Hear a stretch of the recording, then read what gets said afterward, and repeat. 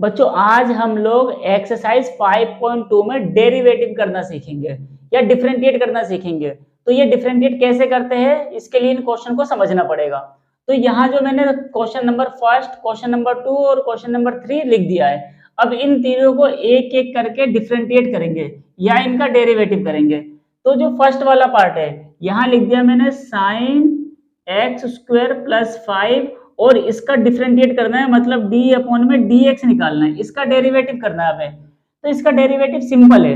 पहले साइन एक फंक्शन होता है, ये पूरा थीटा हो गया तो ये बन गया साइन थीटा। तो साइन थीटा का डेरिवेटिव करना है। अब डेरिवेटिव के फॉर्मूले भी याद होने चाहिए। फॉर्मूले में यहाँ लिखता चलता हूँ डी अपॉन में डी एक्स। साइन थीटा का डेरिवेटिव जो होता है वो होता है कोस थीटा। ठीक है, तो यहाँ ये साइन है हमारे लिए, साइन ये थीटा, ये साइन थीटा का डेरिवेटिव ये डिफरेंशिएट करेंगे तो ये बन जाएगा कोस थीटा। अब थीटा ये पूरी वैल्यू थी तो यहाँ पूरा लिख दिया जाएगा एक्स स्क्वायर प्लस में 5। तो ये तो साइन का डेरिवेटिव हो गया, लेकिन अब अलग से इस फंक्शन का भी डेरिवेटिव किया जाएगा। तो अगर इसका डेरिवेटिव करता हो एक्स स्क्वायर, डेरिवेटिव में पावर आगे आ जाती है और एक पावर कम कर देते, तो एक्स स्क्वायर का क्या होगा 2 आगे आ जाएगा, यहाँ एक्स की पावर 1 बचेगी, ये जो पावर है ये आगे लिख दी जाएगी। अब ये 5 अकेला नंबर है तो ये कांस्टेंट माना जाएगा और कांस्टेंट का डेरिवेटिव 0 होता है, तो इसका डेरिवेटिव हमारे लिए 0 आ गया। तो इसको थोड़ा ठीक से लिख देंगे, 0 लिखने की जरूरत नहीं है, यहाँ लिख दिया 2x और यहाँ क्या बच गया cos एक्स स्क्वायर प्लस में 5। तो इस साइन एक्स स्क्वायर प्लस 5 को डिफरेंशिएट करने पे 2x cos x square plus में 5 आता है। अब इसके सेकंड वाले पार्ट पे जाते हैं। यहाँ डिफरेंशिएट करना है d अपॉन में dx, यहाँ पे लिख दिया cos और यहाँ लिख दिया sin x। अगर इसका हमें डेरिवेटिव करना है तो ये cos ये थीटा है हमारे लिए। अब cos थीटा का डेरिवेटिव यहाँ लिख देता हूँ d अपॉन में dx। अब cos थीटा का जो डिफरेंशिएट होता है वो होता है माइनस sin थीटा। तो यहाँ मुझे इस cos थीटा का डेरिवेटिव करना है। cos थीटा का डेरिवेटिव होता है माइनस sin थीटा। थीटा ये है तो sin और यहाँ पे क्या लिख दिया sin x। अभी sin x का भी तो डेरिवेटिव होगा, तो sin का डेरिवेटिव यहाँ देख लेंगे, sin का डेरिवेटिव cos थीटा होता है, तो इस sin का डेरिवेटिव हो जाएगा हमारे पास cos थीटा। अब थीटा ना लिख के यहाँ x है तो यहाँ भी क्या लिखा जाएगा x। इसको अरेंज करके लिख देंगे तो यहाँ लिख दिया माइनस sin x और यहाँ लिख दिया हमने cos x। तो इसको डिफरेंशिएट करने पे ये वाला आएगा। अब जो थर्ड वाला पार्ट है, अगर इसको डिफरेंशिएट करना है तो यहाँ डिफरेंशिएट करने के लिए हम एक काम करेंगे, d अपॉन में dx, यहाँ पे लिख देंगे साइन ax प्लस में b। अब यहाँ जो साइन है, साइन का डेरिवेटिव क्या होता है, साइन का होता है cos थीटा, तो ये पूरा थीटा का काम करेगा, तो साइन का डिफरेंशिएट हो गया हमारे पास cos थीटा। तो थीटा की जगह पूरी वैल्यू आ जाएगी ax प्लस में b। अब थीटा का डेरिवेटिव करो तो ax प्लस b, a जो है कोफिशिएंट है, कोफिशिएंट का डेरिवेटिव नहीं होता तो a को a लिख दिया, x का 1 होगा छोड़ दो। अब आ जाओ b अकेला, इसके साथ x y z नहीं है तो ये कांस्टेंट माना जाएगा और कांस्टेंट का डेरिवेटिव होता है 0। तो यहाँ जो वैल्यू बच गई a बच गई, a में 0 ऐड करेंगे a ही आएगा, तो a और यहाँ पे आ गया cos ax प्लस में b। तो इसको डिफरेंशिएट करने पे ये वाला पार्ट आ गया है। अब हमें क्वेश्चन नंबर 4 को डिफरेंशिएट करना है, d अपॉन में dx, यहाँ लिख दिया हमने sec और ब्रैकेट में डाल दिया tan और यहाँ पे लिख दिया अंडर रूट x। तो थोड़ा सा एक पार्ट समझ लेते हैं, ये हमारे लिए थीटा का काम करेगा, तो ये बन गया sec थीटा और इसी तरह tan ये भी थीटा मान लो। तो अलग अलग डेरिवेटिव होगा, एक बार sec का डेरिवेटिव होगा, एक बार tan का डेरिवेटिव होगा, एक बार किसका होगा रूट x का डेरिवेटिव होगा। तो यहाँ एक एक करके डेरिवेटिव करते हैं। अब यहाँ दे रखा है d अपॉन में dx sec x, मतलब sec का डेरिवेटिव करो, तो सेक का फॉर्मूला सभी को याद होगा, d अपॉन में dx, सेक x का अगर डेरिवेटिव होता है तो वो होता है सेक x और tan x। तो अगर मान लो इस सेक का डेरिवेटिव कर रहा हूँ इस सेक का, और ये थीटा है हमारे लिए, तो सेक का डेरिवेटिव क्या होगा सेक थीटा और tan थीटा। तो थीटा की जगह हम वापस वैल्यू क्या लिख देंगे tan अंडर रूट x और यहाँ भी आ जाएगा tan अंडर रूट x, क्योंकि ये हमारा थीटा था, अभी सेक के साथ ये थीटा था पूरा। अब सेक थीटा का डेरिवेटिव हो गया, अब बारी किसकी है tan थीटा के डेरिवेटिव की, तो यहाँ लिख दिया d अपॉन में dx और यहाँ किसका डेरिवेटिव करेंगे tan थीटा, और tan का डेरिवेटिव होता है sec स्क्वायर थीटा। तो यहाँ अगले पार्ट में हम लोग करते हैं, यहाँ पे tan का डेरिवेटिव करते हैं tan, और tan का क्या होता है sec स्क्वायर थीटा, थीटा की जगह क्या आ जाएगा अंडर रूट x। तो यहाँ sec का हो गया डेरिवेटिव, tan का हो गया डेरिवेटिव, अब अंडर रूट x है तो इसका डेरिवेटिव भी बता दूं d अपॉन में dx। अगर आपको रूट x का डेरिवेटिव निकालना है, इसका डेरिवेटिव होता है 1/2 अंडर रूट x। तो यहाँ रूट x का डेरिवेटिव करेंगे तो 1 अपॉन में 2 अंडर रूट x। अब यहाँ रूट एक्स से इसको नहीं काट सकते क्योंकि ये एंगल है, एंगल को कभी इससे नहीं काटा जा सकता। तो हमारे पास जो वैल्यू बची है वो बच गई सेक, और यहाँ पे आ गया 10 अंडर रूट एक्स, यहाँ आ गया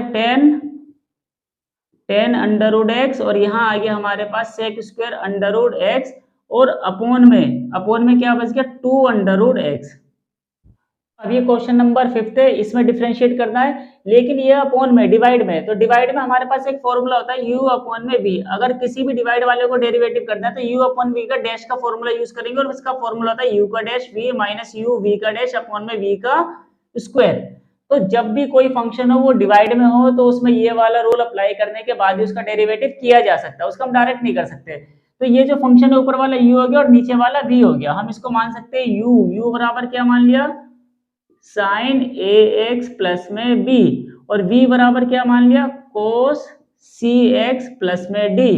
अब इसका डिफरेंशिएट करो तो डिफरेंशिएट को हम लोग u डैश के नाम से भी लिख सकते हैं, जरूरी नहीं है, अगर यहाँ डैश हटा दो तो d अपॉन में dx भी लिखा जा सकता है, और ये ना लिखना हो तो ये मत लिखो, यहाँ पे डैश लगा दो, तो दोनों का मतलब एक ही माना जाता है। तो u का डेरिवेटिव, इसका डेरिवेटिव करेंगे तो पहले यहाँ पे साइन है, साइन थीटा मान लेंगे, तो साइन थीटा का डेरिवेटिव क्या होगा कोस थीटा, थीटा की जगह क्या आ जाएगा ax प्लस में b। अब इसका भी डेरिवेटिव किया जाएगा, तो ax प्लस b में एक कोफिशिएंट है तो कोफिशिएंट में a का a ऐसे छोड़ देंगे, x का डेरिवेटिव 1 होगा, 1 को लिखने की जरूरत नहीं है। अब b कांस्टेंट है क्योंकि b के साथ कुछ भी नहीं है, कांस्टेंट का डेरिवेटिव 0, तो यहाँ पे 0 लिख दिया।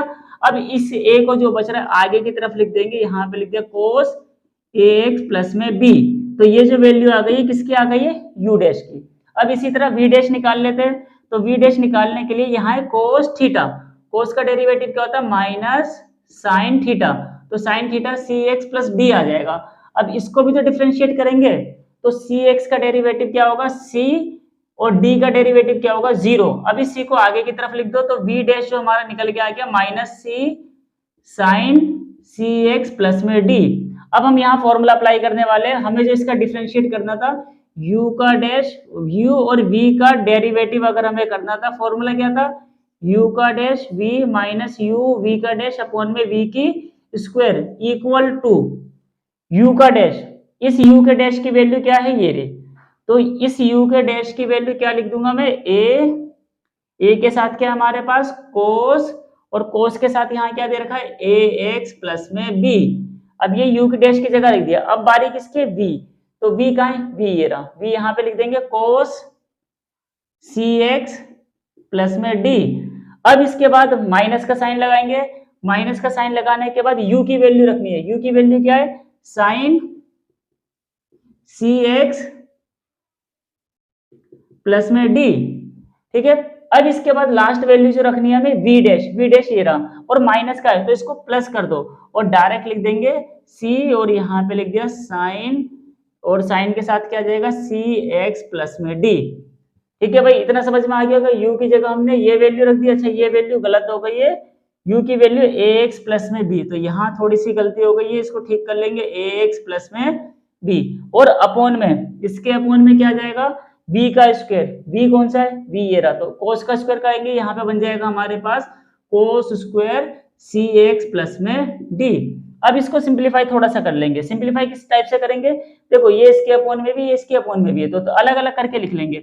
यहाँ पे लिख लिया a cos ax plus b, और यहाँ आ गया cos cx plus d upon में क्या आ जाएगा यहाँ पे cos square cx plus d, इसी तरह प्लस।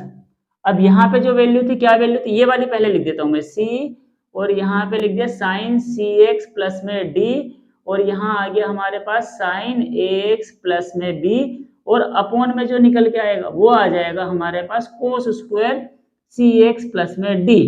ठीक है, अब लास्ट स्टेप करेंगे, यहाँ cx प्लस d है, यहाँ भी cx, तो इससे ये पावर कैंसिल हो गई, अब नीचे सिर्फ cos cx प्लस d बचा।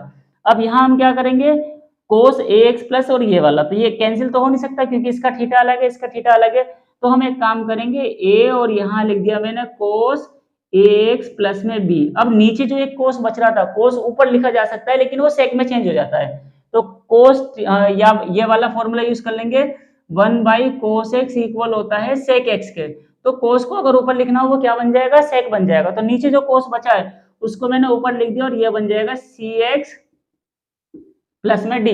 तो अपॉन में वैल्यू खत्म हो गई। अब वहां क्या करेंगे, यहाँ पे कुछ कटने वाला है, चेक करते यहाँ कुछ कटेगा नहीं, लेकिन cx प्लस डी, तो इसका और इसका एंगल सेम है, तो साइन अपॉन में कोस, साइन अपॉन में कोस बन जाएगा टेन थीटा। तो यहाँ c की जगह c लिख दिया और इन दोनों को हमने लिख दिया टेन cx प्लस में d। तो एक कोस को इसके अपॉन में लेके मैंने टेन बना लिया। अब ये वाला साइन तो अभी बच रहा है, तो इसको लिख दिया हमने साइन ax प्लस में b। अब अपॉन में दो कोस थे, एक कोस को साइन के साथ हमने लेके टेन बना दिया, एक कोस तो अभी बच रहा है, जो कोस बच रहा है उसको ऊपर जाके सेक बना देंगे। तो यहाँ पे लिख देंगे सेक cx प्लस में d और ये इसका आंसर हो जाएगा। तो इसको डिफरेंशिएट इस तरह से किया जाएगा। ये एक्सरसाइज का क्वेश्चन नंबर 8 है। हमें डिफरेंशिएट करना है कोस अंडर रूट एक्स को। ये सिंपल है, कोस को डिफरेंशिएट करेंगे तो कोस होता है माइनस साइन, ये थीटा है तो यहाँ पे ये बन गया थीटा। अब इस ये जो थीटा है रूट एक्स, इसका भी तो डिफरेंशिएट करना पड़ेगा। तो रूट एक्स का डेरिवेटिव मैंने बताया था अभी, क्या होता है 1/2 अंडर रूट एक्स, और यहाँ भी इससे कैंसिल नहीं होगा, तो हमारे पास क्या बच गया minus sine under root x upon में क्या आ जाएगा 2 अंडर रूट एक्स। ये हमारा आंसर निकल के आ गया इसका।